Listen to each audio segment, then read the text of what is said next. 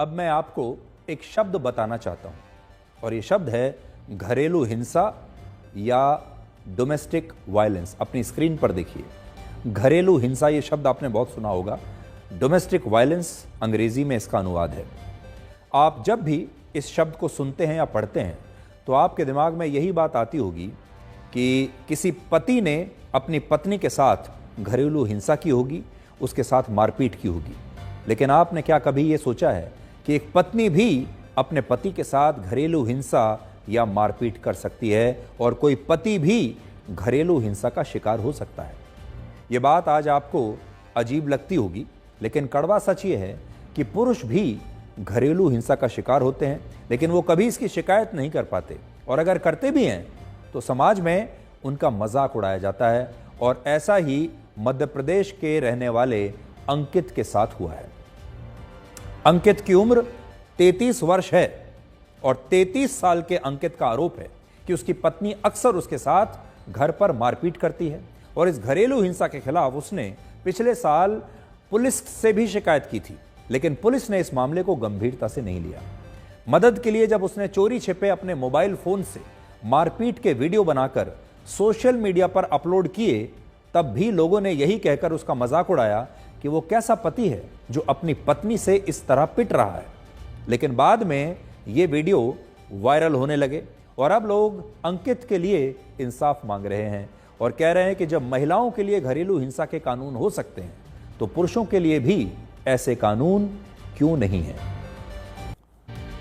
अंकित का आरोप है कि उसकी पत्नी ने उसे धमकी दी है कि अगर उसने अपनी पत्नी को 10 लाख रुपए नहीं दिए तो वो अंकित को और उसके परिवार को झूठे मुकदमे में फंसाकर जेल भेजवा देगी। हालांकि इन आरोपों की कोई पुष्टि हमारे पास नहीं है और इन आरोपों पर हमारी टीम ने अंकित की पत्नी से बात करने की कोशिश की, लेकिन अब तक हमें उसकी तरफ से कोई जवाब नहीं मिला है। अगर पत्नी की तरफ से कोई स्पष्टीकरण आता तो वो हम आप तक जरूर रखते।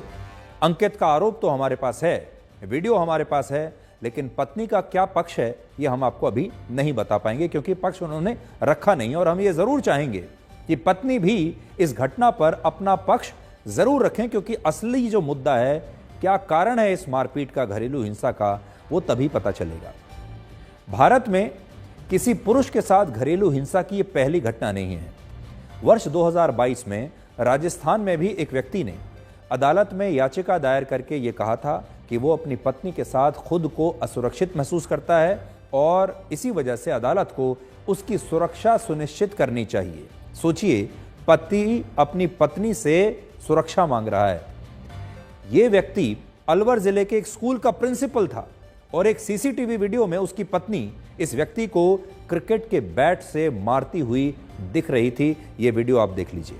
यहां एक चिंताजनक बात यह है कि जब घर में ये घरेलू हिंसा हो रही है माता और पिता के बीच, तो जो छोटा बच्चा है वो ये सब होते हुए देख रहा है। आप इस वीडियो में भी देख सकते हैं कि जो छोटा बच्चा है, सब कुछ उस छोटे बच्चे के सामने ये माता पिता दोनों एक दूसरे के साथ कर रहे हैं। अब आप अंदाजा लगाइए, हमारे घर में न जाने कितने ऐसे परिवार होंगे जहां छोटे छोटे बच्चों के सामने जो पति पत्नी हैं वो लड़ाई झगड़ा करते हैं, घरेलू हिंसा करते हैं, एक दूसरे का अपमान करते हैं, एक दूसरे के प्रति खराब भाषा का प्रयोग करते हैं। और इन छोटे बच्चों पर इस सारी घटना का क्या असर पड़ता होगा, इसका अंदाजा भी शायद अभी आप नहीं लगा सकते। इसी तरह वर्ष 2023 में पुणे में एक महिला ने दुबई न ले जाने पर अपने पति के साथ मारपीट की और इस घरेलू हिंसा में उसके पति की मौत हो गई थी।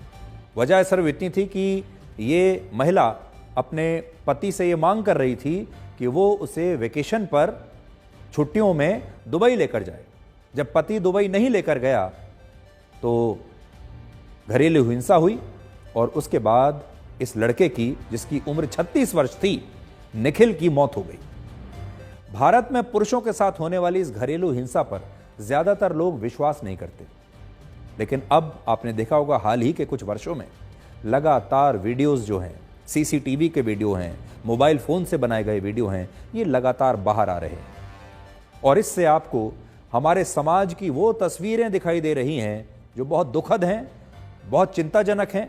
और आपको ये समझ में आएगा कि हमारे समाज में, हमारे देश में घरों की चार दीवारी के अंदर क्या हो रहा है, कैसे हमारे परिवार टूट रहे हैं, कैसे पति पत्नी के जो रिश्ते हैं वो हिंसक होते जा रहे हैं। और हमारे समाज में अब भी यही कहा जाता है कि पुरुष पीड़ित नहीं हो सकता, पीड़ित तो पत्नी ही होगी। ये बात सही है कि आज भी हमारे देश में महिलाओं के साथ घरेलू हिंसा की घटनाएं बहुत ज्यादा होती हैं, जो बिल्कुल नहीं होनी चाहिए, रुक जानी चाहिए। लेकिन यह भी सच है कि भारत में पुरुषों के साथ होने वाली घरेलू हिंसा की घटनाओं को आज भी अहमियत नहीं दी जा रही। और हमारे समाज में यह धारणा है कि पुरुष कभी भी घरेलू हिंसा का शिकार नहीं हो सकते, क्योंकि वो बहुत मजबूत होते हैं शारीरिक दृष्टि से। कोई भी पुरुष किसी रिश्ते में पीड़ित नहीं हो सकता, लोग ऐसा मानते हैं। और हमारे देश के जो पुरुष हैं उन्हें भी बचपन से यही बताया जाता है कि मर्द को दर्द नहीं होता, पुरुषों को रोना नहीं चाहिए, पुरुष रोते हुए अच्छे नहीं लगते। और जो पुरुष अपनी पत्नी से पिट रहा है उसका समाज में मजाक उड़ाया जाता है और कहा जाता है कि वो कमजोर है और वो कायर है। अगर आप आंकड़े देखेंगे हाल ही में, तो ये आंकड़े आपको बताते हैं कि मर्द के दर्द के पीछे की जो कहानी है वो कुछ अलग ही है। ये आपको आंकड़े बताएंगे कि मर्द को भी दर्द होता है, मर्द भी रो रहा है, मर्द भी कमजोर हो सकता है। नेशनल फैमिली हेल्थ सर्वे ने जब हमारे देश की 18 से 49 वर्ष की शादीशुदा महिलाओं से यह सवाल पूछा कि क्या वो अपने पति के साथ हिंसा करती हैं, तो इनमें से 4% महिलाओं ने खुद इस बात को स्वीकार किया कि उन्होंने कई बार अपने पतियों के साथ मारपीट की है। और यहां बड़ी बात यह है कि यह सर्वे महिलाओं से पूछे गए सवालों पर ही आधारित था। एक और रिपोर्ट यह बताती है कि वर्ष 2005 में हर 1000 शादीशुदा पुरुषों में से कम 7 पुरुषों के साथ घरेलू हिंसा की घटनाएं होती थी। लेकिन बढ़ते बढ़ते 2015 में यह आंकड़ा 29 पुरुषों तक पहुंच गया। आप देख लीजिए और सोचिए 10 साल के बाद अब 2025 में तो ये आंकड़ा और ज्यादा बढ़ गया होगा। ये जो मैं आंकड़ा आपको बता रहा हूं ये तो 2015 का है। अब 2025 के नए आंकड़े आए नहीं हैं, जब आएंगे तो आप देखिएगा कि इससे कहीं ज्यादा संख्या बढ़ चुकी होगी ऐसे पुरुषों की जो घरेलू हिंसा का शिकार हैं। पूरी दुनिया के 405 करोड़ पुरुषों में से 75 करोड़ पुरुष हमारे देश भारत में रहते हैं। लेकिन दुख की बात यह है कि भारत में पुरुषों के साथ होने वाली इस घरेलू हिंसा को हमारा कानून भी हिंसा नहीं मानता। आज भी हमारे देश में महिलाओं के खिलाफ घरेलू हिंसा को रोकने के लिए बहुत कड़े कानून हैं, जिनमें से एक कानून का नाम है protection of women from domestic violence act 2005। लेकिन पुरुषों को घरेलू हिंसा से बचाने के लिए कोई भी कारगर कानून नहीं है। भारत के ज्यादातर लोग मानते हैं कि पुरुष कभी भी घरेलू हिंसा का शिकार हो ही नहीं सकते, जबकि दुनिया में बहुत सारे देश ऐसे हैं जहां पुरुषों के खिलाफ होने वाली घरेलू हिंसा को गंभीर मुद्दा माना गया है। ब्रिटेन में 40%, अमेरिका में 30%, कनाडा में 25%, फिनलैंड में 24%, ऑस्ट्रेलिया में 23%, जर्मनी में 22%, फ्रांस में 18% और स्पेन में 15% पुरुषों के खिलाफ उनकी पार्टनर घरेलू हिंसा या मारपीट करती हैं। और इन सभी देशों में पुरुषों के लिए घरेलू हिंसा के कानून मौजूद हैं। लेकिन भारत में ना तो सरकारें इसे एक बड़ी समस्या मान रही हैं और ना ही हमारा समाज इस कड़वी सच्चाई को अभी स्वीकार करने की स्थिति में है। एक सर्वे में अपनी पहचान छिपाने की शर्त पर 51% पुरुषों ने यह माना था कि उनकी पार्टनर ने उनके साथ कम से कम एक बार मारपीट जरूर की है। लेकिन इसके बावजूद वो इसके बारे में कभी किसी को कुछ बता नहीं पाए। उन्होंने इस बात को छुपा लिया क्योंकि उन्हें समाज में अपनी बदनामी का डर था, या उन्हें यह डर था कि जब वो आगे जाकर किसी को बताएंगे तो समाज उनका मजाक उड़ाएगा। जब किसी महिला के साथ घरेलू हिंसा की घटना होती है तो हमारा समाज उसके साथ सहानुभूति जताता है और हिंसा के लिए उसे दोष नहीं देता। लेकिन जब किसी पुरुष के साथ कोई घरेलू हिंसा होती है तो उस पुरुष को ही अक्सर ताने दिए जाते हैं। कहा जाता है कि वो असली मर्द नहीं है, वो अपनी पत्नी से डरता है, या बहुत सारे लोग ये भी सोचते हैं कि जरूर इस पुरुष ने ही कुछ ऐसा किया होगा जिसकी वजह से इसकी पार्टनर या इसकी पत्नी इसकी पिटाई कर रही है।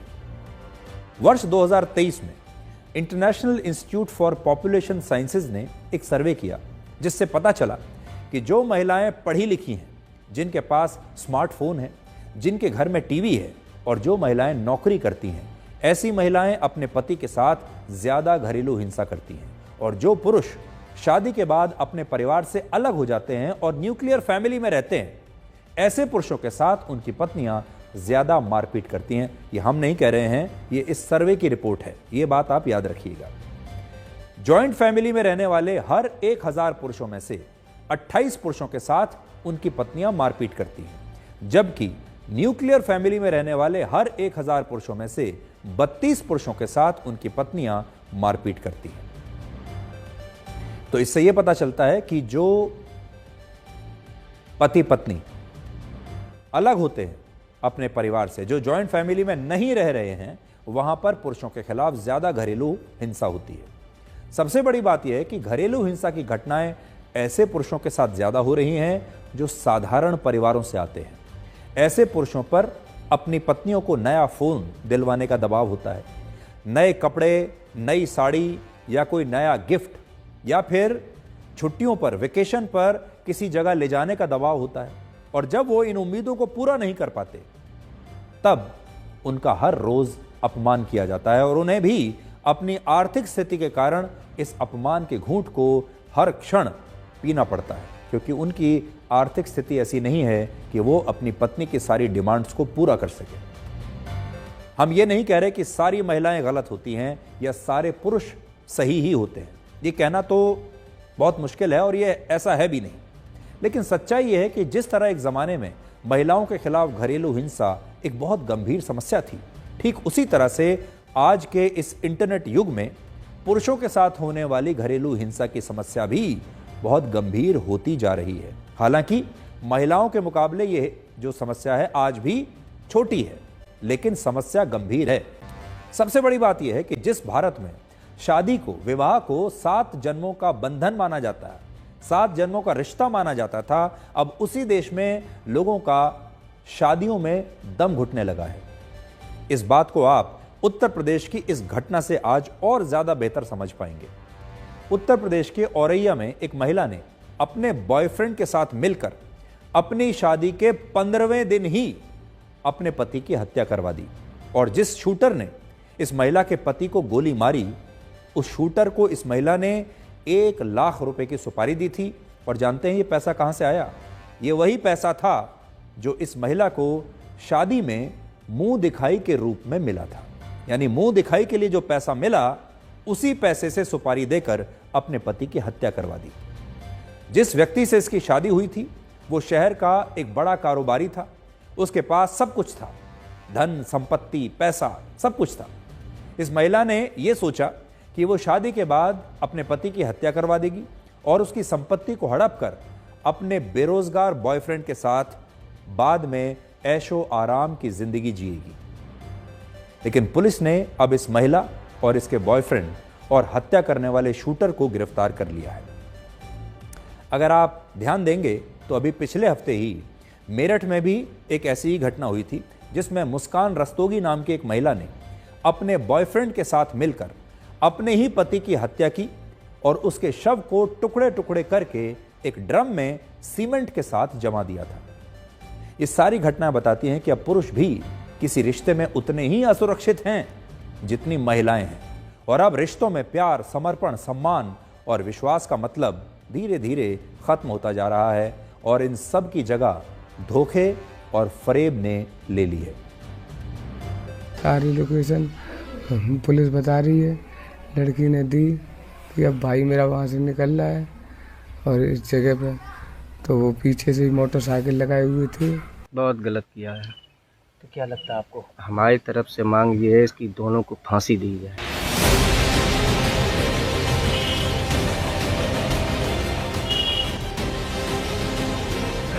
जो हमको नहीं पता।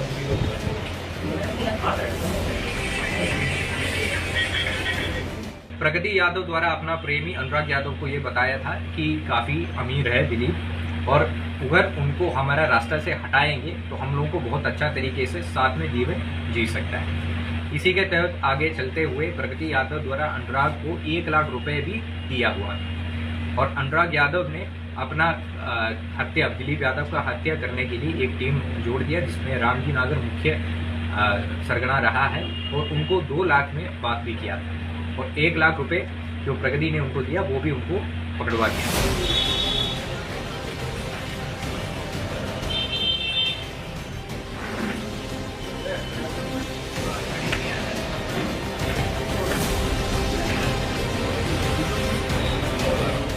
ये हमारी बहू की सारी रिपोर्ट बहू ने दी है, लोकेशन बहू ने पहुंचाई है।